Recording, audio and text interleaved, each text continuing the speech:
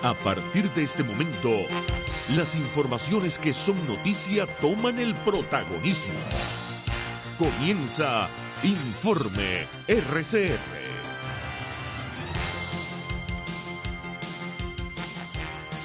Muy buenas tardes, bienvenidos a este Informe RCR de hoy, 3 de diciembre de 2020.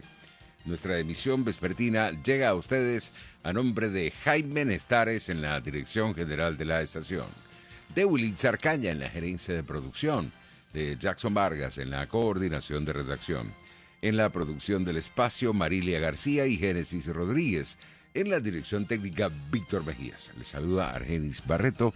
De inmediato comenzamos con esta ronda informativa. La Fiscalía de la Corte Penal Internacional criticó las presiones externas de la Organización de Estados Americanos sobre el caso de Venezuela.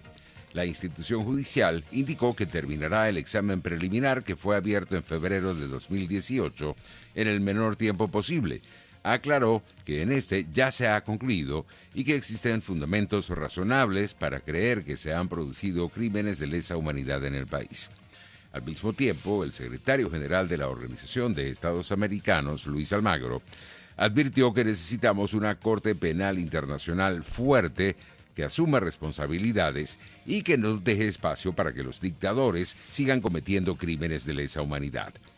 Desde Venezuela, el canciller del régimen, Jorge Arreaza, rechazó el informe presentado por la OEA sobre delitos de lesa humanidad en el país y aseguró que la organización pretende erigirse como tribunal internacional.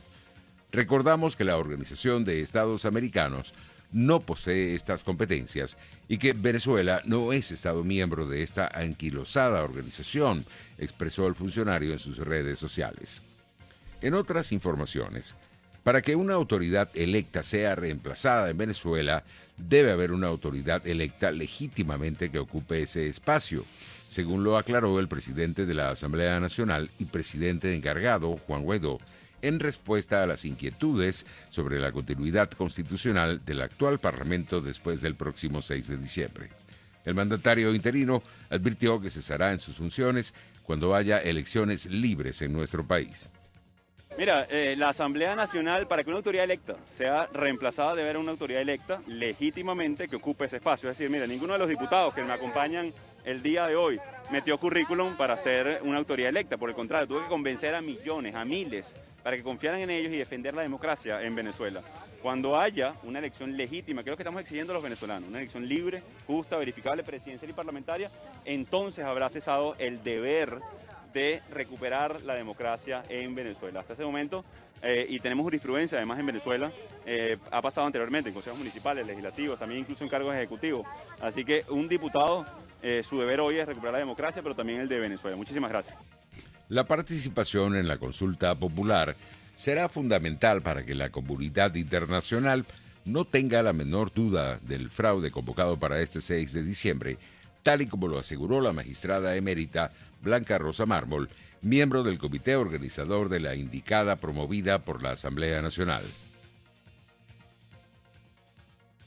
Guaidó a la unidad, se concurrió y se hizo la propuesta por ANCO, junto con unas preguntas. Las preguntas finalmente llegaron a una reformulación, que es la que tenemos en la actualidad, más accesible a la comprensión de la gente.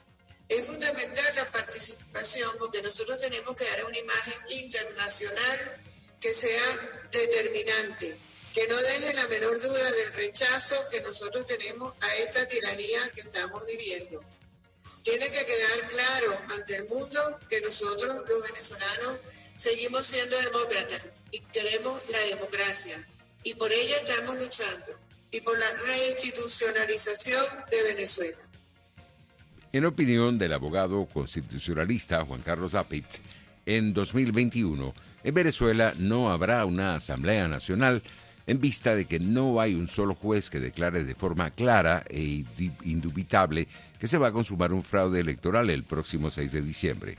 Faltando esa declaratoria jurisdiccional de fraude electoral y que se van a producir, queramos o no, aunque una fachada, una apariencia de elecciones parlamentarias el 6 de diciembre y se va a elegir de manera espuria una Asamblea Nacional, lo que va a pasar en Venezuela es que efectivamente no tendremos Asamblea Nacional. Y no va a haber Asamblea Nacional ni la del 2015, legítimamente electa por todos los venezolanos, ni tampoco la Asamblea Nacional electa el 6 de diciembre tendrá alguna legalidad ni legitimidad. Por lo cual en Venezuela no va a haber Asamblea Nacional. Y entramos entonces en el concepto, digamos, puro y duro de lo que es una dictadura. Sencillamente es una minoría, cada vez más minoría, que gobierna sobre una mayoría que no lo reconoce. Por su parte, el fundador de ESDATA, Humberto Villalobos, aseguró que en Venezuela será necesario el respaldo y supervisión de la comunidad internacional para tener unas elecciones transparentes y libres en un futuro. No depende ya de un centro del CNE, porque el CNE está totalmente tomado y yo diría que punto importante, apoyo internacional, respaldo para que el proceso lo lleve un ente independiente. El segundo punto es una revisión del registro electoral. Ese registro electoral, tal cual como está hecho para hacer trampa. Y hay posibilidades de hacer un registro electoral en 4 o 5 meses si se tiene la disposición. Si tú no tienes esas dos condiciones básicas en esta Venezuela, con las debilidades que tiene, pues sencillamente el régimen te va a superar con cosas tan sencillas como ofrecer una bolsa CLAP o cualquier cosa, porque estamos en una situación realmente deprimente. El presidente de la Asamblea Nacional Constituyente y candidato del Partido Socialista Unido de Venezuela, Diosdado Cabello, advirtió que el próximo 6 de diciembre van a echar a los actuales diputados y la van a pagar. En palabras del dirigente del PSV, no será venganza, sino justicia. A pesar de las recientes amenazas contra aquellos que no voten el domingo, aclaró que no piensa quitarle a nadie las cajas CLAP que distribuye el Estado. En otras noticias, como un delito de lesa humanidad, calificó el dirigente de Vente Venezuela y coordinador del Foro Penal Venezolano en Delta Macuro, Orlando Moreno, la expulsión de venezolanos de Trinidad y Tobago. Actualmente hay 40.000 venezolanos registrados por ACNUR en la isla, aseguró Moreno. Mantiene su postura totalmente radical en contra de venezolanos y va a ir en contra de todos. ACNUR hoy asegura, venezolanos no ven a ACNUR como una alternativa para quedarse, porque incluso los policías de este vecino país le rompen el carnet de ACNUR en la cara a los venezolanos. O sea, no importa, solamente para el gobierno trinitario reconoce a los 16.500 venezolanos que se registraron en su gobierno con una tarjeta. Dicha tarjeta que incluso los amenaza diciendo que sí, que los venezolanos que tengan esa tarjeta ayuden a otro venezolano, los dos van a ser deportados. O sea, es una situación que prácticamente es una política de Estado.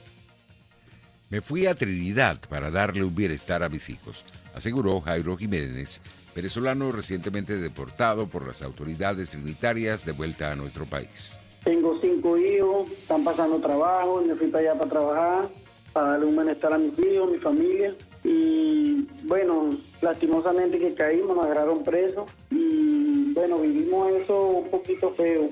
Nos tuvieron ahí detenidos cuando nos agarraron en la playa, nos tuvieron como 5 horas tirados en el piso, en ese solazo, no nos dieron agua y ahí nos llevaron para el Pinal, nos estuvieron allá durmiendo en el suelo, no nos daban prioridad para llamar a nuestra familia, nada, no sabíamos nada de nuestra familia y después nos pasaron para Chaguarama, tampoco pedían un teléfono para llamar a nuestra familia porque no sabían nada, estaban preocupados y nada, no nos daban un teléfono para llamar, para comunicarnos para acá con nuestra familia.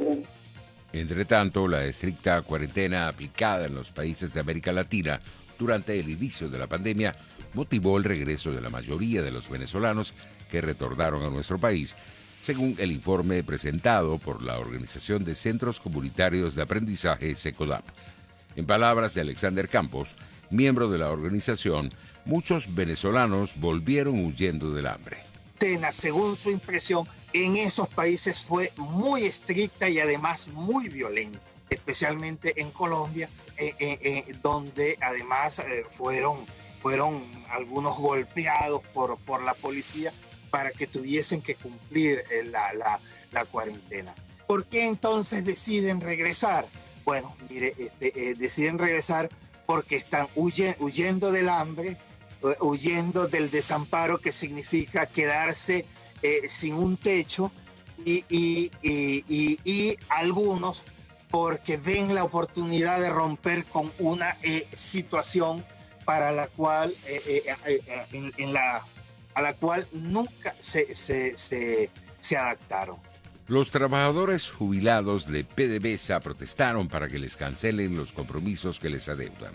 El fondo de jubilación paga lo que le da la gana y cuando le da la gana, aseguró José Quintero, trabajador jubilado de la industria. El 12 tuvimos una reunión con representantes de quienes administran nuestro fondo de jubilación y ellos quedaron comprometidos de que en esta semana nos iban a dar una respuesta de un depósito que nos iban a hacer. Bueno, en la tarde de ayer me informaron de que todavía no han aprobado ningún dinero para los jubilados. Es decir, compañeros jubilados, les hago un llamado de que PDVSA, ni quien administra nuestro fondo de jubilación, ni el Estado ha aprobado el dinero para nosotros los jubilados. Y que es un dinero que ustedes muy bien sabido lo saben, muy bien sabido lo tienen, de que es un dinero nuestro, sí es verdad. Pero ustedes saben que el Estado, quien administra nuestro fondo de jubilación, paga cuando le da la gana, como le da la gana y a la hora que ellos le da la gana.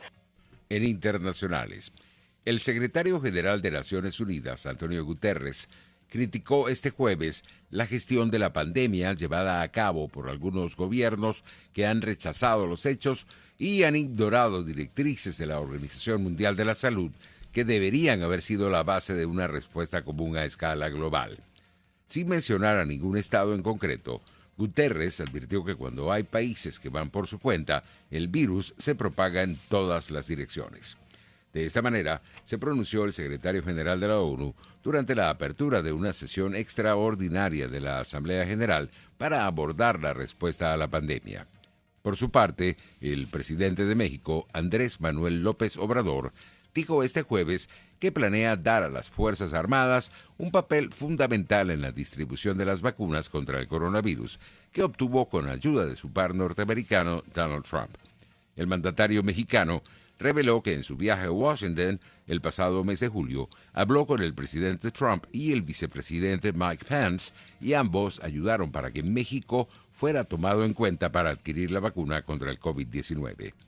Entre tanto, el médico norteamericano especializado en inmunología, Anthony Fauci, cuestionó la aprobación de la vacuna de Pfizer contra el coronavirus en el Reino Unido. El epidemiólogo de la Casa Blanca puso en duda la decisión del gobierno de Boris Johnson de comenzar con la inmunización la próxima semana. Se adelantaron un par de días, sentenció. En materia económica, las conversaciones entre el Fondo Monetario Internacional y Argentina para acordar un nuevo programa económico avanzan de forma muy fluida y constructiva, dijo el jueves el portavoz del organismo, Jerry Rice. El funcionario aseguró que una reciente visión de la institución financiera internacional que viajó a Buenos Aires logró un buen progreso en la definición de los elementos iniciales del nuevo programa para el país suramericano. Los precios internacionales del petróleo recuperaban terreno en horas de la tarde. El WTI de referencia en Estados Unidos se ubicaba en $45.66 el barril, mientras el Brent, de referencia en Europa, se cotizaba en $48.73. El índice argentino Merval perdía menos 0,04% a finales de la tarde. Y en los deportes, en baloncesto, un día después de que se conociera la renovación de LeBron James por 2 temporadas más con los Angeles Lakers, se ha revelado también que están a un paso de firmar una extensión con Anthony Davis por 5 años y $190 millones. La Premier League destinará un total de 275 millones de euros a las divisiones inferiores del fútbol inglés para paliar los efectos de la pandemia de la COVID. En el caso de los clubes del Championship, el importe que pueden recibir está limitado a 8,33 millones, unos 10 millones de euros, y deberá ser devuelto antes de junio de 2024. Así estamos llegando al final por el día de hoy de esta emisión vespertina. Los esperamos mañana bien tempranito para nuestra emisión matutina. Que la pasen bien.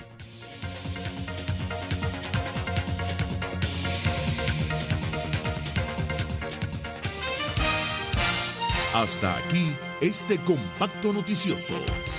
Manténgase en nuestra sintonía, porque estaremos informándole de la noticia al momento de producirse.